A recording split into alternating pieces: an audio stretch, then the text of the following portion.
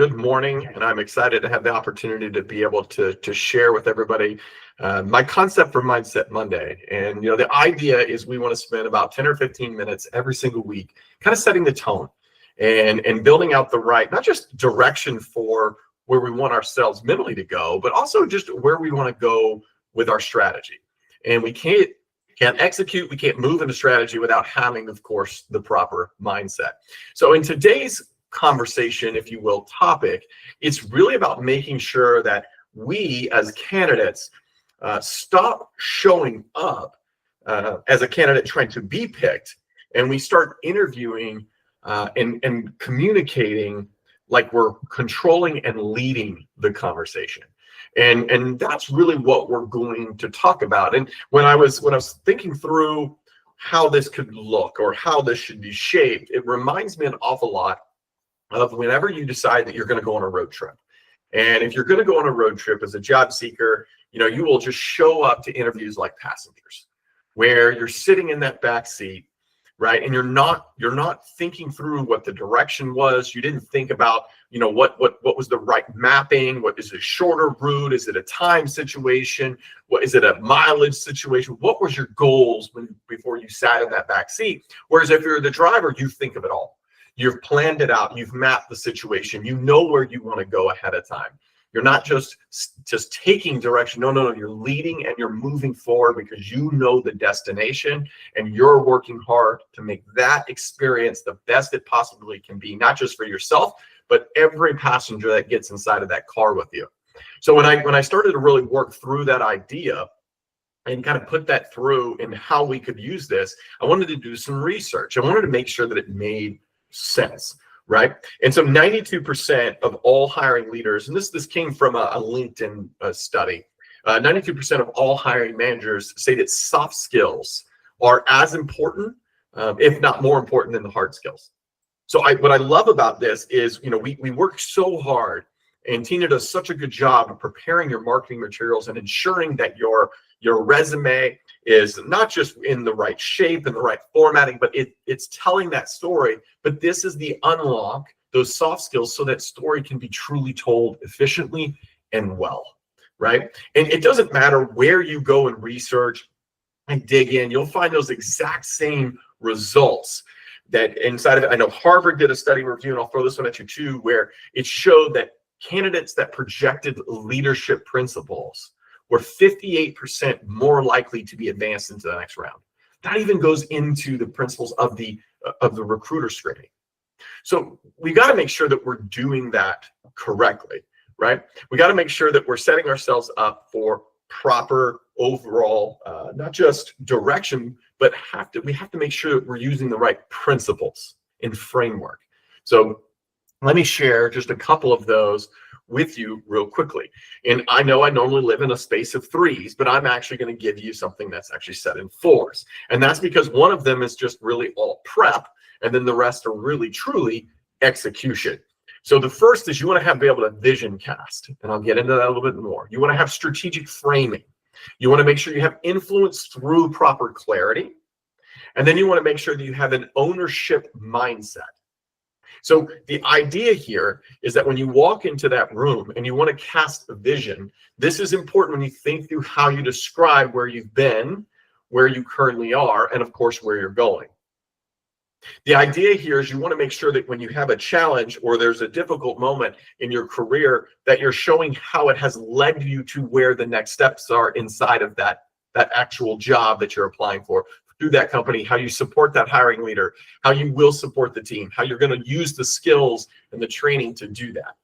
The next step is to make sure that you don't just say these things, but you strategically frame it. And what I mean by that is you have to embody and orient yourself into that big picture.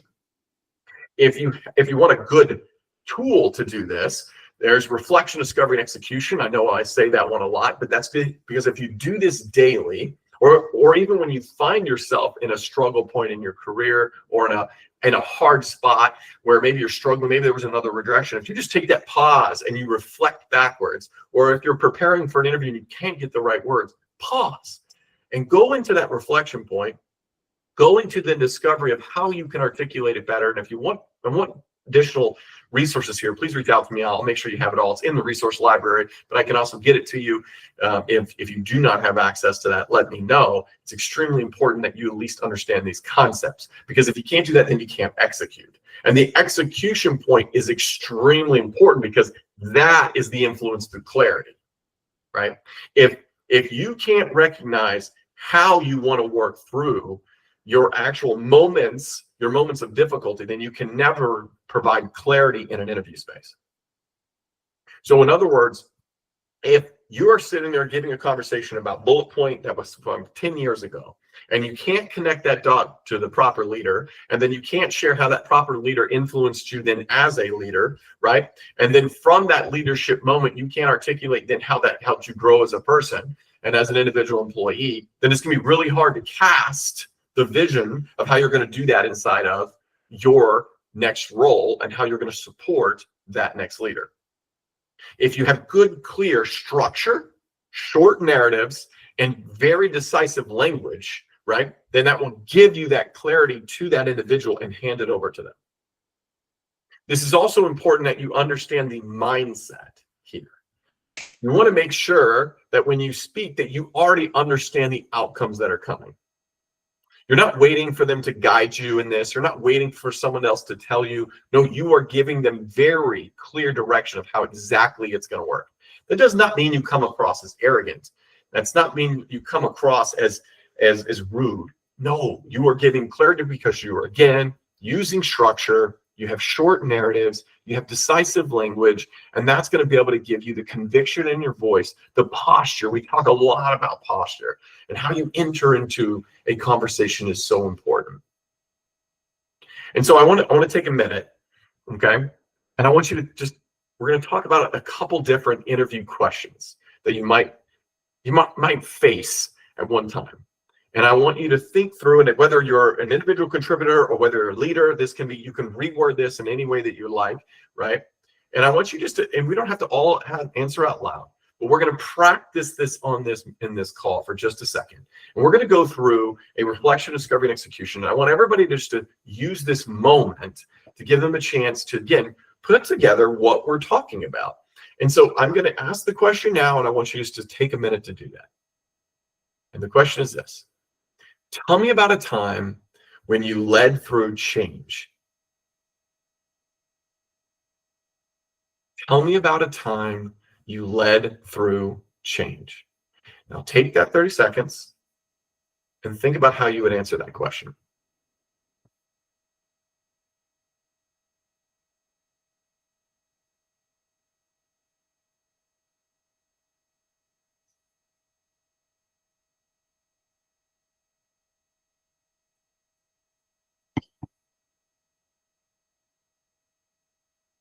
Now, what I want you to do is I want you to think through the reflection, discovery, and execution playbook.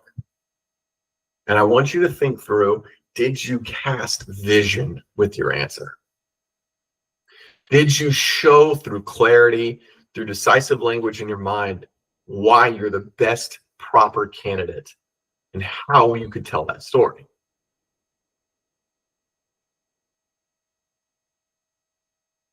If you did, would you like to speak up and share? Would be the question.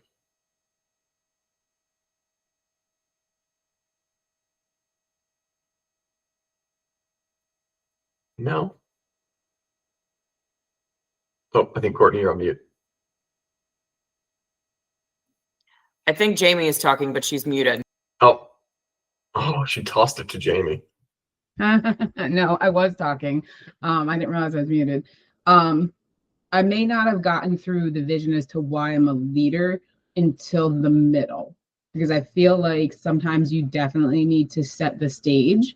So for telling you about a time that I led through change, really, I'm going to highlight the fact that I came into a position where the team was changing leaders and then also changing roles within each other. And they had to transfer some of the work from individual to individual while continuing to not let the ball drop.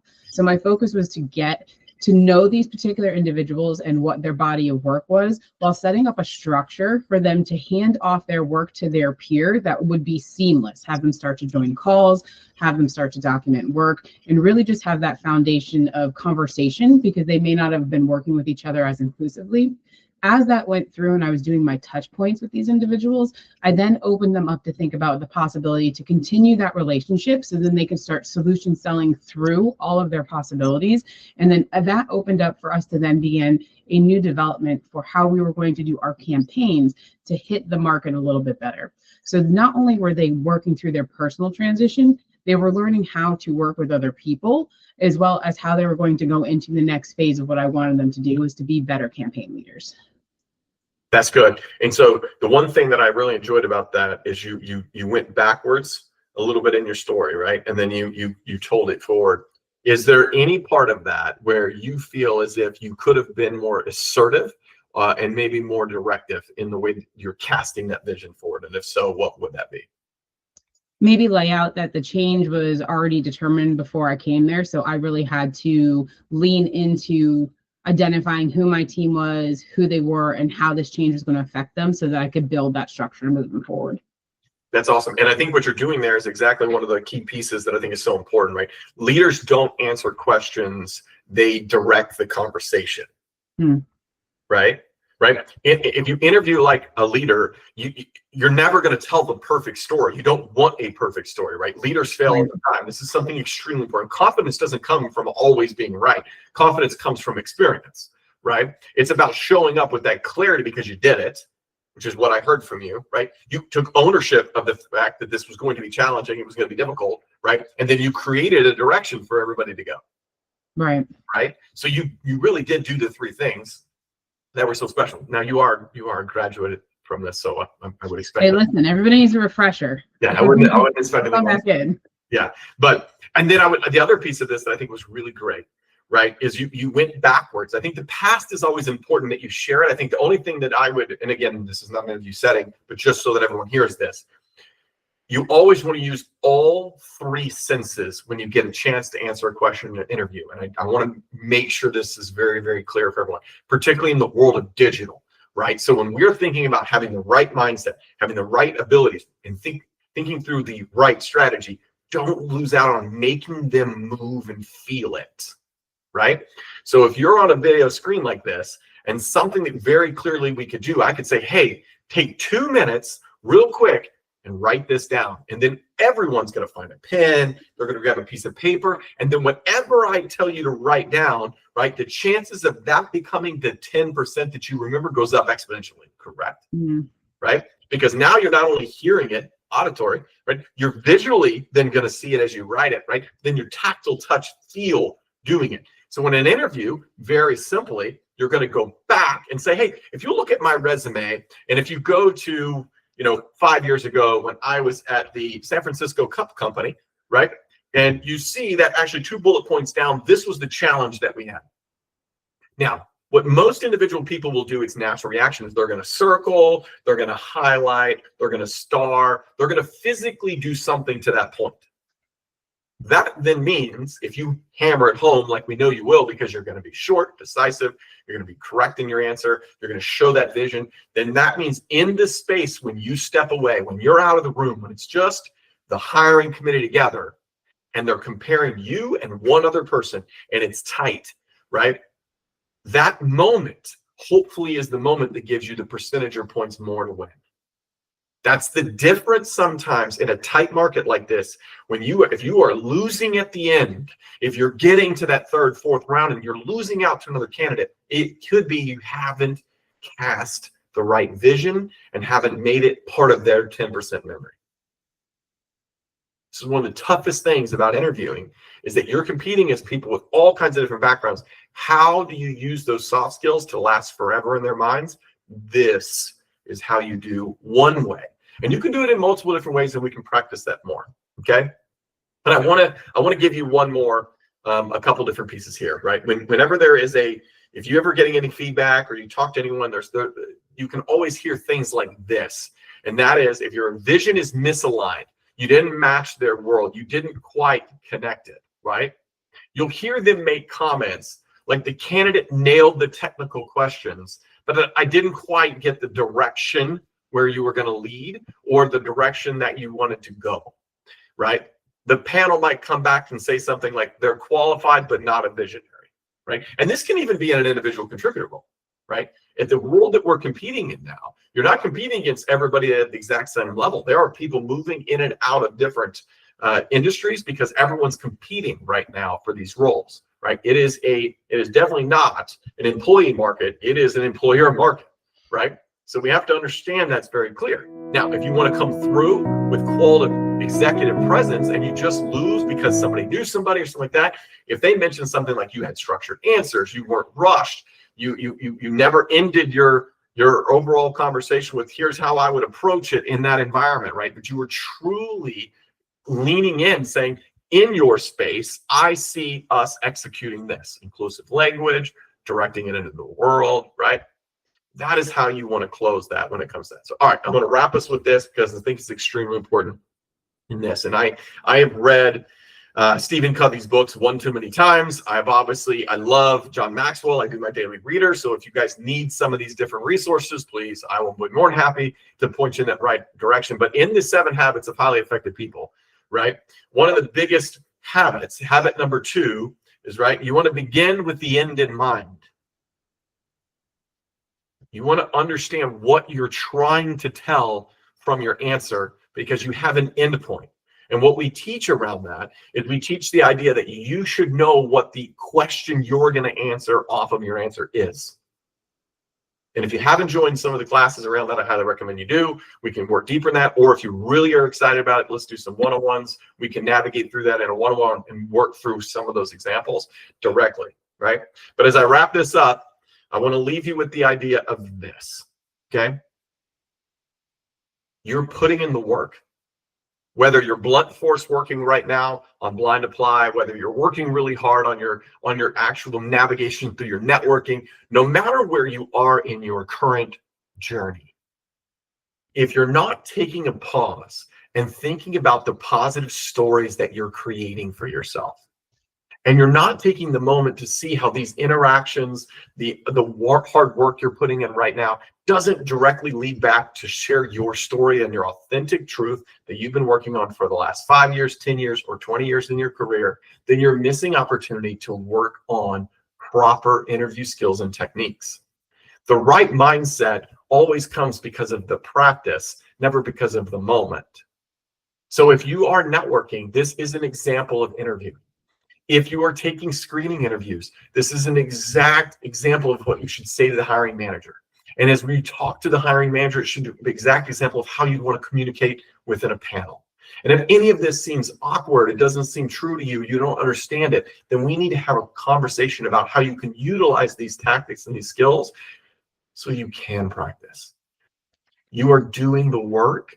Let's make sure you have the right strategy. Let's make sure every moment as a job seeker is being utilized to better you so that you can cast the right vision for yourself. And most importantly, so that you're telling a true, tight story that gives you the edge, that gives you the competitive example over others. Okay?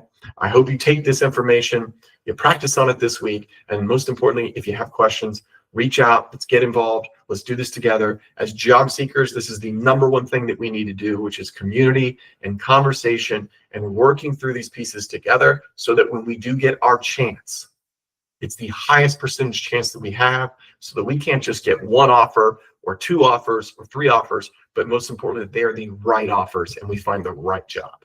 And we have to do that by having the right mental vision and executing daily.